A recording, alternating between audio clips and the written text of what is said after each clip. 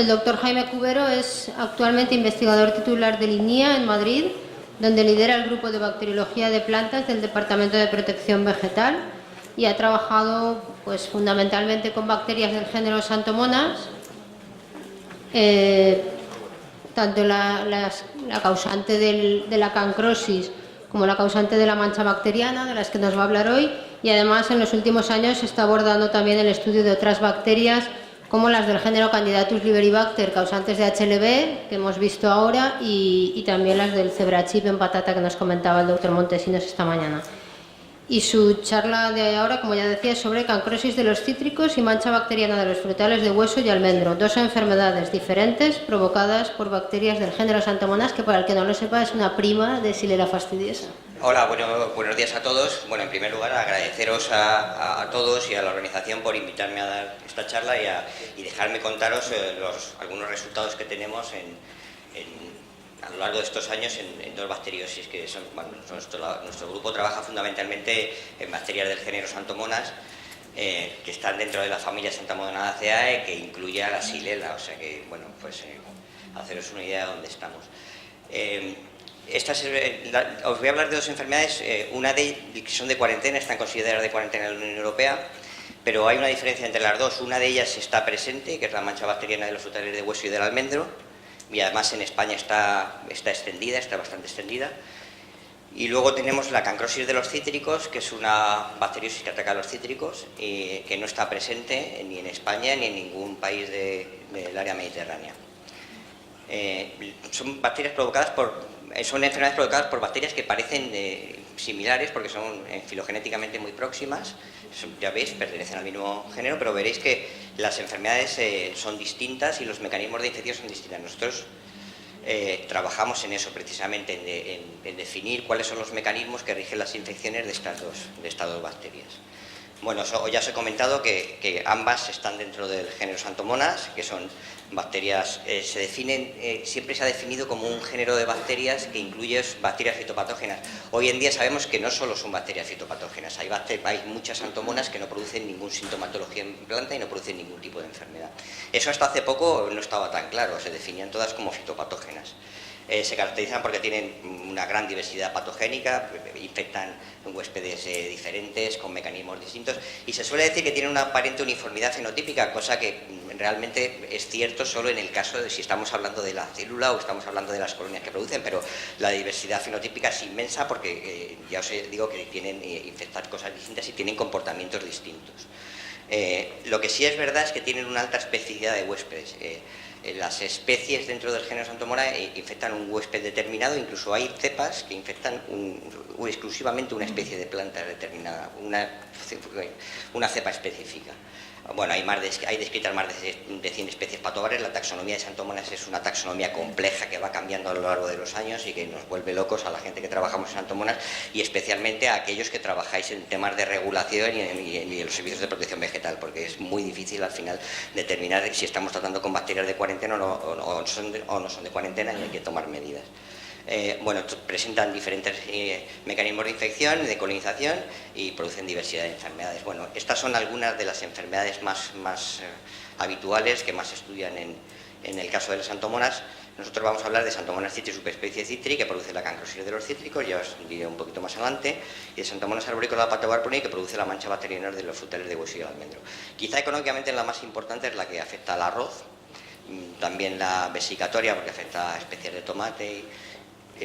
Fragarie es una enfermedad que empieza también considerada, Xanthomonas fragarie es una bacteria que también está considerada de cuarentena, y para que os hagáis una idea, en España es facilísimo encontrarla porque vienen plantas, normalmente vienen plantas de California y ya vienen infectadas con la bacteria, y es muy común encontrarla en campo. De hecho, nosotros estuvimos trabajando una temporada con ellas y lo difícil era encontrar plantas que no la tuviesen. Y luego Xanthomonas campestris, que bueno, produce la podredumbre negra de las coles, es una bacteriosis relativamente importante, pero sobre todo es un modelo muy interesante a la hora para los microbiólogos. Bueno, esta es la Xanthomonas citri, subespecie citri, y que produce la cancrosis bacteriana de los cítricos. Si me preguntáis hace 10 años o hace 15 años os hubiera dicho, bueno, es la enfermedad más importante de los cítricos y sobre todo en zonas como Florida o Brasil en aquellos momentos era la bomba. Hoy en día la realidad es que en Florida es una bacteriosis que ya prácticamente no se estudia y no se trata porque tienen cosas muchísimo más graves como el HLV, que se está, como ha dicho Alejandro, está acabando prácticamente con la citricultura en Florida. Y luego, por supuesto, la Xylella fastidiosa. Bueno, la enfermedad se caracteriza por este tipo de lesiones en frutos, en hojas, también produce lesiones en troncos y en ramas. Lo importante es que esta fruta es difícilmente comercializable.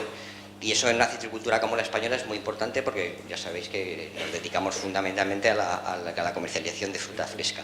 En Florida por ejemplo, puede no ser tan importante porque esos frutos, a diferencia de lo que puede pasar con HLB, se pueden utilizar para zumo, que es lo que hacen fundamentalmente en Florida. Bueno, en casos extremos se produce una caída prematura del fruto y bueno, los daños económicos producidos por la enfermedad son fundamentalmente por eso, porque es difícil comercializar los frutos con síntomas. Es una enfermedad de cuarentena, con lo cual está restringido la comercialización de esos frutos a zonas libres de la cancrosis. Está sometido en algunos sitios a programas de erradicación. Tengo que decir que cada vez menos, porque el gran programa de erradicación que era el que existía en Florida, eso está acabado, ahora tienen que convivir con la enfermedad, pero eso supone que invierten un montón de dinero en tratamientos, fundamentalmente con cobre, a lo largo del año. La otra enfermedad de la que voy a hablar, yo a lo largo de la charla os voy a ir comparando una con otra y voy a tratar de demostrar que son enfermedades bastante diferentes, aunque inicialmente os puedan parecer similares. Es una bacteria presente en España y está ampliamente distribuida ya, aunque sigue siendo de cuarentena en la Unión Europea. Eso seguramente en poco tiempo va a cambiar, seguramente va a dejar de estar regulada. Produce también lesiones en frutos, en ramas, en hojas. Esta fruta, evidentemente, es una fruta que difícilmente se va a poder vender por el aspecto que tiene.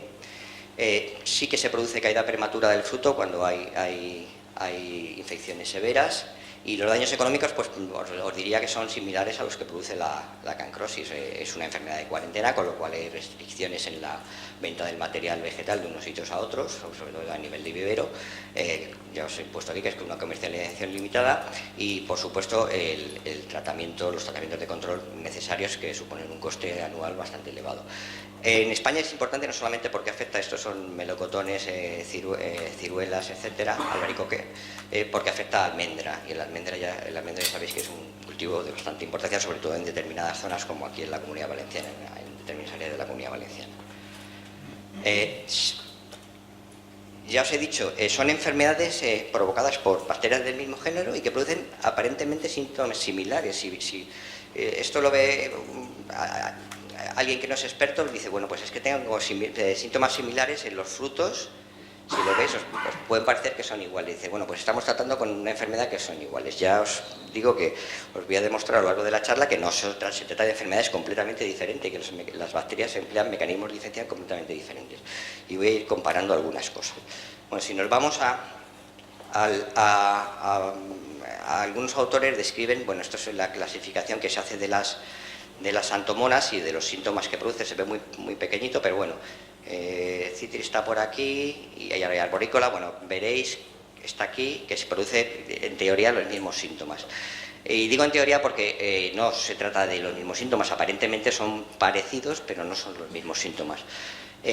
Si vemos los ciclos de la enfermedad, pues también por los esquemas que os presento aquí, diréis, bueno, pues también son similares.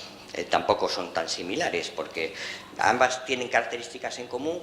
Por ejemplo, se transmiten por gotas de lluvia y en condiciones de alta humedad, y se dice que están transmitidas cuando hay viento, sobre todo, por ejemplo, en Florida los huracanes transmiten la enfermedad de unas zonas a otras, pero tiene que haber altas condiciones de humedad y de temperatura. Para el caso de la cancrosis, esas condiciones no tienen por qué ser las mismas para Santomonas arborícola Patobarponi.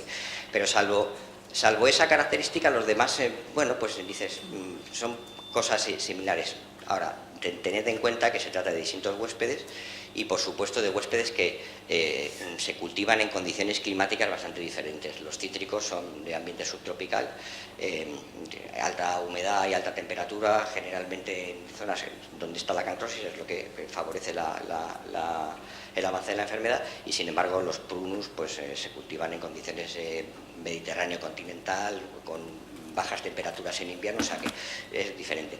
Por eso os digo que son distintos huéspedes, distintas condiciones climáticas, luego no son enfermedades tan iguales, hay muchas diferencias. Y ahora vamos a... bueno, esto es una diapositiva que suelo poner, sobre todo cuando entra alguien en nuestro laboratorio. Nosotros trabajamos en aspectos relacionados con las diferentes etapas de infección, pero siempre teniendo en cuenta una cosa que parece obvia, pero que muchas veces se nos olvida a los fitopatólogos y no deberíamos olvidarlo. Y es que las enfermedades deben ser vistas desde una perspectiva ecológica y no solo como el resultado de la interacción con el patógeno. Tenemos que tener otra serie de factores que intervienen, o tener en cuenta otra serie de factores que intervienen en las enfermedades. En relación a ello, nosotros trabajamos en aspectos relacionados con la supervivencia de las bacterias, de estas bacterias con la interacción que tienen de las bacterias fitopatógenas y la interacción que tienen con la microbiota. Trabajamos aspectos relacionados con los primeros pasos que tiene que dar la bacteria para la infección en procesos de quimiotaxis, que ahora os contaré lo que es, y información de agregados bacterianos para sobrevivir y iniciar los procesos de infección. Y en etapas tardías de infección, pues últimamente estamos trabajando en determinar qué factores son los que desencadenan la enfermedad y qué factores hacen que unas bacterias sean patógenas y otras no sean patógenas. Y últimamente trabajamos en algunos de esos efectores que son supresores de inmunidad, y eso en colaboración últimamente con el doctor Gadea del IBMCP estamos intentando demostrar algunos de esos efectores. Pero vamos al grano. Bueno, Xanthomonas citri, lo primero que estudiamos nosotros es si la Xanthomonas citri era capaz de agregarse y formar biopelículas. Las biopelículas son estructuras ordenadas, son agregados bacterianos, pero no son simples agregados físicos, son estructuras coordinadas, es decir, la población de bacterias se comunica y por medio de señales adquieren comportamientos comunes que favorecen la infección. Entonces nosotros inicialmente, en el caso de Xanthomonas citri, estudiamos si esta bacteria era capaz de formar biopelículas. ¿Por qué? Pues porque eso tiene implicaciones en el control de la enfermedad. Pues si es capaz de formar biopelículas, es capaz de sobrevivir, por ejemplo, en superficies, y es más difícil eliminarlas. Y efectivamente comprobamos que la bacteria era capaz de agregarse en superficie y además era capaz de formar estructuras organizadas que favorecían el desarrollo de la enfermedad. Además, determinamos que estas biopelículas juegan un papel en la gama de huésped, es decir,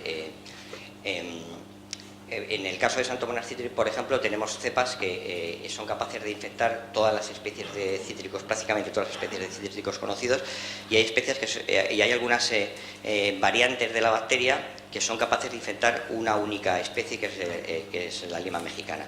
Bueno, pues las biopelículas juegan un papel en esta especialización, y ahora un poquito más adelante os cuento por qué.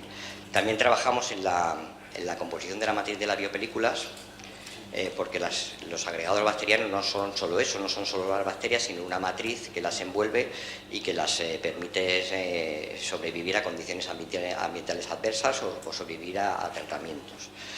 Y hemos trabajado también en la implicación de estas biopelículas en las estrategias de control.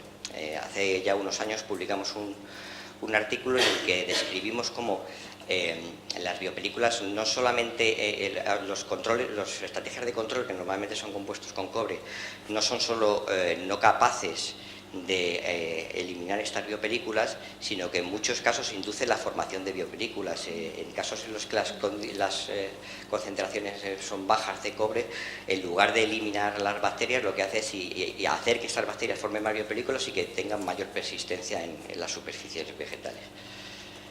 Bueno, en el caso de las Xanthomonas arborícola patagonia también hemos estudiado si formaban o no formaban biopelículas, y comprobamos que efectivamente, y además en este caso bastante más que en el caso de Xanthomonas citri, estas bacterias son capaces de formar biopelículas en superficie con mayor facilidad. y estudiamos cuál era la diferencia entre estos dos tipos de biopelículas, Xanthomonas citri y Xanthomonas arboricotobarbarpuri. Y encontramos una diferencia muy importante, y es mientras en Xanthomonas citri y subespecie citri las biopelículas están favorecidas en condiciones de baja concentración de nutrientes, que son la concentración de nutrientes que esperamos encontrar en el apoplasto de la planta, y de hecho empleamos medios bajos en nutrientes que simulan condiciones de apoplasto. En Xanthomonas arboricotobarbarpuri es justo lo contrario, forma mayor biopelícula cuanto en condiciones altas de nutrientes, es decir, cuando la bacteria está creciendo. Y forma bastante menos biopelícula en el interior del apoplasto. ¿Eso qué significa para nosotros? Bueno, Xanthomonas citri no es una bacteria realmente epífita, es una bacteria accidentalmente epífita. Puede sobrevivir en superficie, pero la formación de biopelículas la necesita para iniciar el proceso de infección en el interior del apoplasto. En el caso de Xanthomonas arboricotobarbarpuri no forma biopelículas en el interior del apoplasto, sino que lo forma en la superficie foliar. Y eso corresponde a la vida epífita que tiene Xanthomonas arboricotobarbarpuri, que sí que es un verdadero epífito. Bueno, esa ya es una de las diferencias que hemos encontrado entre esas dos enfermedades. Bueno, ya os he comentado que en Xanthomonas citri hemos encontrado que las biopelículas juegan un papel y la agregación en superficie juega un papel en la gama de huésped. Las cepas que tienen amplia gama de huésped, que infecta todas las especies de cítricos, son capaces de formar biopelículas con mayor facilidad que las variantes restringidas a un solo huésped. Y eso también, bueno, y eso está relacionado también con el tipo de movimiento que hacen. Las bacterias se mueven para encontrar el nicho más favorable para ellas. En el caso de las bacterias que forman más biopelícula, tienen menor motilidad. Las que forman menos biopelícula tienen mayor motilidad. ¿Por qué puede pasar esto? Pues estas bacterias necesitan buscar con más ahínco, tienen mayores requerimientos de movimiento que estas otras. Estas en realidad se asientan, empiezan a desarrollar la infección más fácilmente que estas otras, que tienen que encontrar un nicho donde formar la biopelícula. Por eso interpretamos que hay esa diferencia en motilidad que está relacionada con la formación de biopelículas. Otra cosa que hemos estudiado es la composición de la matriz. Bueno, y uno de los componentes que hemos analizado es ADN extracelular. Hemos encontrado que Xanthomonas citri, en la matriz, un componente importante de la matriz es ADN extracelular. ¿En qué fases de la formación de la biopelícula necesita este ADN extracelular? Bueno, pues vemos que en las dos fases, si tratamos con DNAsa, las bacterias en formación de biopelículas, observamos que hay una reducción de la formación de biopelículas en aquellas muestras tratadas con DNAsa, con lo cual nos está indicando que al principio de la formación de biopelículas el DNA ya está jugando un papel en la composición de la matriz. Si nos vamos a biofilms maduros y tratamos con DNAsa, nos pasa igual, e incluso es aún más acusado el efecto de la DNAsa. Y esto nos indica que en el DNA preformado, los DNA maduros, hay una alta concentración de DNA que forma parte de la matriz extracelular. Si nos vamos a Xanthomonas arboricotobarbarpuri, encontramos básicamente lo mismo. Aquí no se ven las columnas, pero bueno, nos encontramos que el componente del DNA de la matriz es importante en la matriz de las biopelículas, pero a diferencia de lo que ocurre en citri, es más importante en los primeros estadios de la formación del biofilm que en biofilm ya maduros. O sea, ya os enseño otra diferencia que existe entre cepas que parece que, entre bacterias que parece que hacen lo mismo y que se ve claramente que no hacen lo mismo. O sea que, y aquí lo que no tenemos todavía muy claro es qué papel juegan en cada uno de los casos el DNA extracelular. Otra cosa que hemos estudiado en ambos modelos es el movimiento en superficie. Las bacterias se mueven no solamente en medio líquido, que es el movimiento que os he enseñado antes, es un movimiento swimming mediado por flagelo. Las bacterias también son capaces de moverse en superficie y en estos casos el movimiento en superficie es muy importante porque lo necesitan para alcanzar el estoma, que es por donde generalmente entran estas bacterias. En el caso de Xanthomonas citri, ya hace unos años estudiamos qué tipo de movimiento en superficie tenía. Hasta ese momento se describía que era un movimiento que le denominan un movimiento tipo swarming, que es un movimiento regulado por flagelo. Pero en realidad las colonias que tenemos en placa cuando inducimos ese movimiento no son típicas del movimiento tipo swarming. Entonces nosotros nos dedicamos a evaluar las fibras que producían estas bacterias durante ese movimiento y comprobamos que efectivamente no era lo mayoritario, no es que produjeran más flagelo, lo que producían eran estructuras de tipo PLI tipo 4 que rigen un movimiento que es independiente de flagelo, que se llama un movimiento tipo twitching. Los movimientos flagelares son, mueve el flagelo y la bacteria se mueve en función del flagelo. En este caso no es un movimiento de esta estructura, sino es un movimiento retráctil. El pelo tipo 4 incrementa su longitud o la reduce y así la bacteria consigue moverse. En el caso de Xanthomonas arboricola patobarponi, el movimiento de superficie es un movimiento típico swarming, es un movimiento típico flagelar y no hay discusión alguna, o sea, y no produce prácticamente pili tipo 4, o sea, aunque hacen el mismo movimiento en superficie o las dos hacen movimiento en superficie, el tipo de movimiento que hacen es diferente.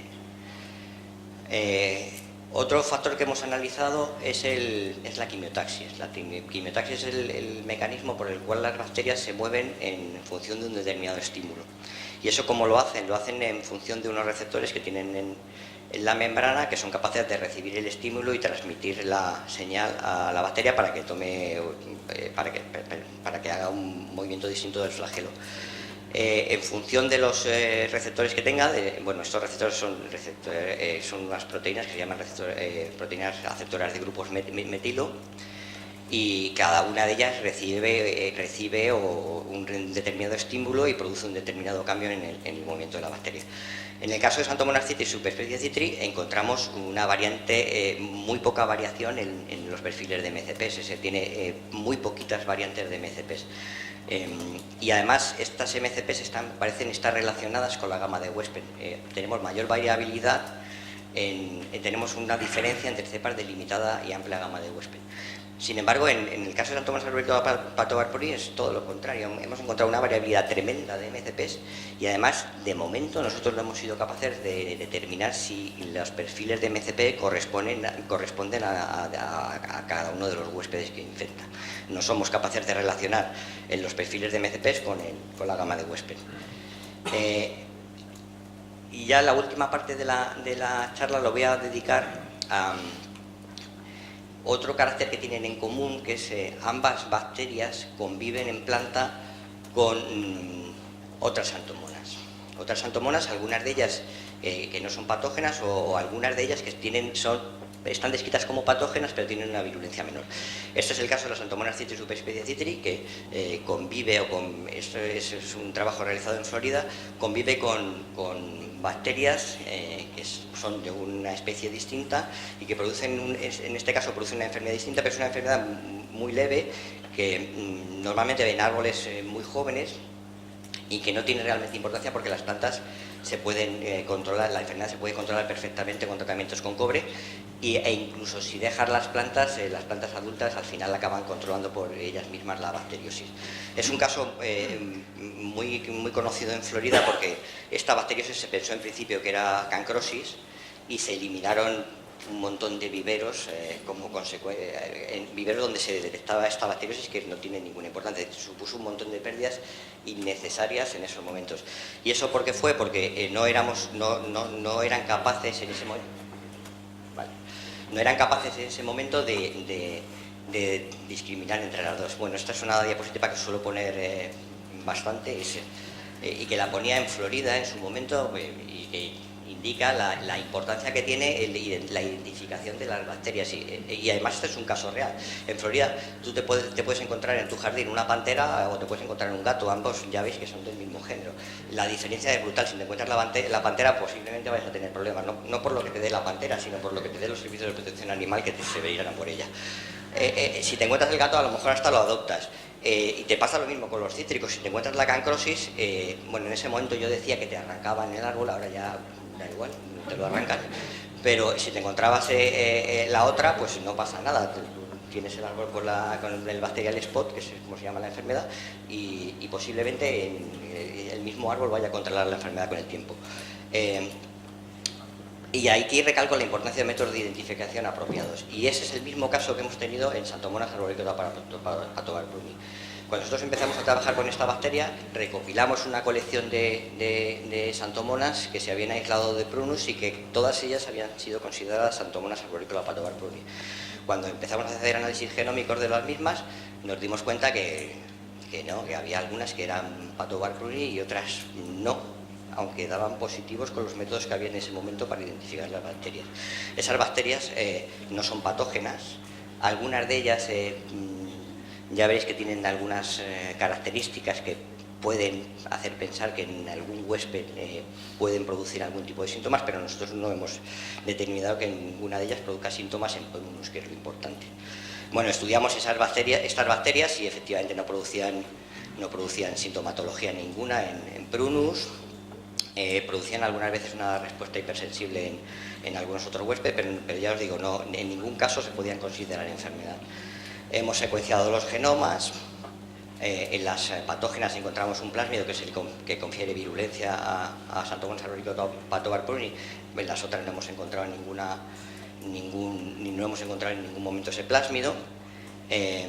Y nos encontramos que cuando hacemos un análisis en base al genome sequence, al core genome sequence, nos encontramos que algunas de estas, estas son las arborícola patobarpruni, que se sitúan junto a otras patobares patógenos dentro del género de la especie Santomonas arborícola.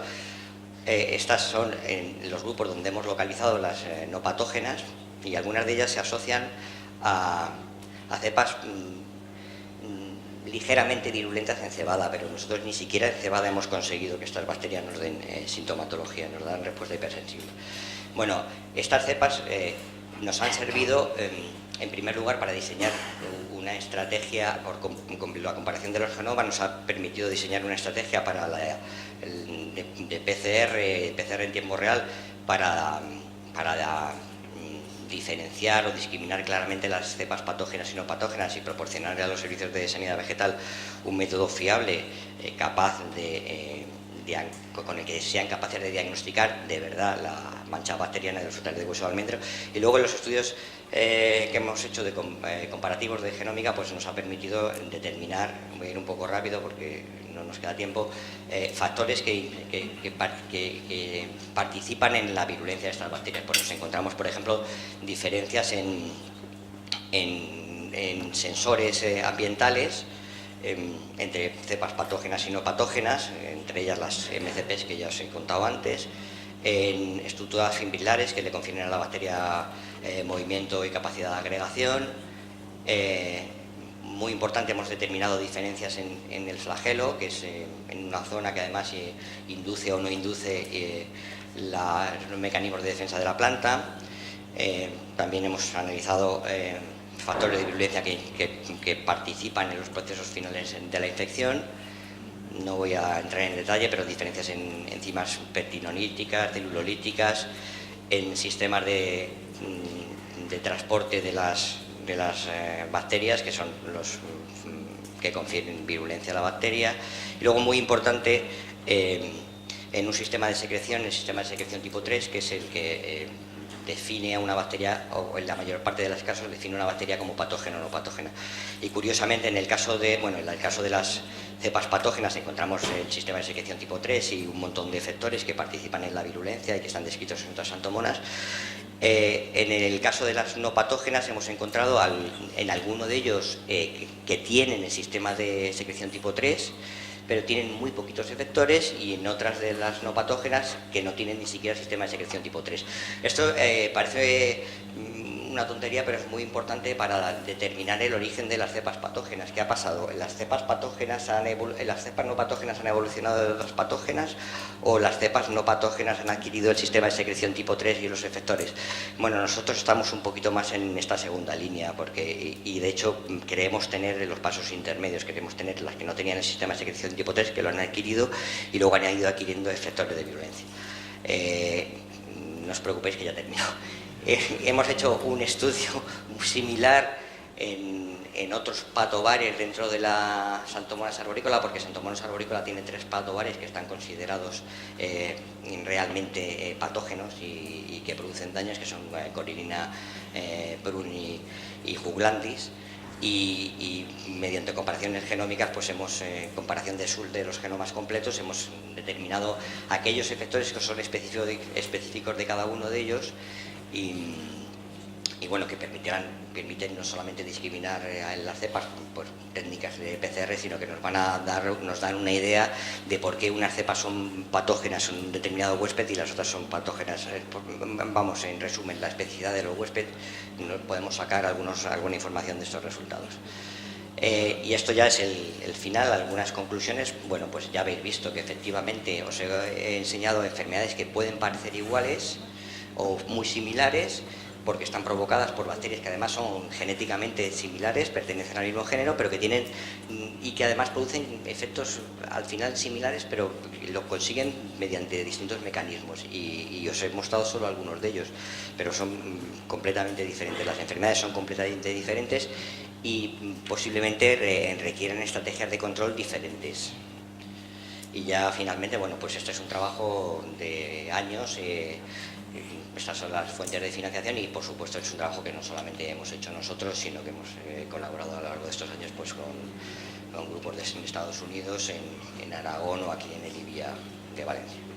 Muchas gracias.